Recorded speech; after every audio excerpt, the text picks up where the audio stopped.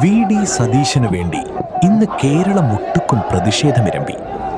സതീശൻ അനുകൂലികൾ മാത്രമല്ല, ജനസാമാന്യവും അതിൽ പങ്കെടുത്തു.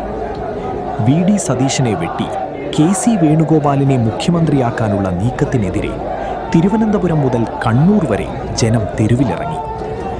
വി.ഡി.എസ്.എ നേതാവെ ധീരതയോടെ ഭരിച്ചോളൂ എന്നും പട നയിച്ചവൻ തന്നെ ഭരണത്തെ നയിക്കട്ടെ എന്നും മുദ്രാവാക്യങ്ങൾ ഉയർന്നു.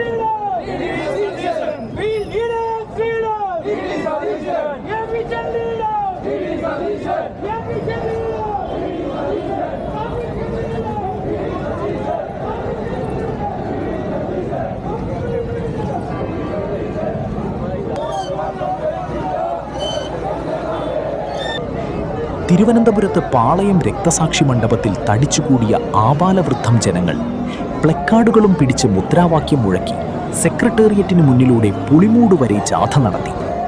സ്ത്രീകളും കുട്ടികളുമെല്ലാം ആവേശത്തോടെ പങ്കെടുത്തു. UDF-നെ നയിച്ച് തെരഞ്ഞെടുപ്പിൽ ചരിത്ര വിജയം സമ്മാനിച്ച പ്രതിപക്ഷ നേതാവിനെ തഴഞ്ഞ് കെ.സി. വേണുഗോപാലിനെ കെട്ടിയിറക്കാൻ തങ്ങൾ സമ്മതിക്കില്ലെന്ന പ്രഖ്യാപനമാണ് ജാഥയിൽ പങ്കെടുത്തവർ നടത്തിയത്.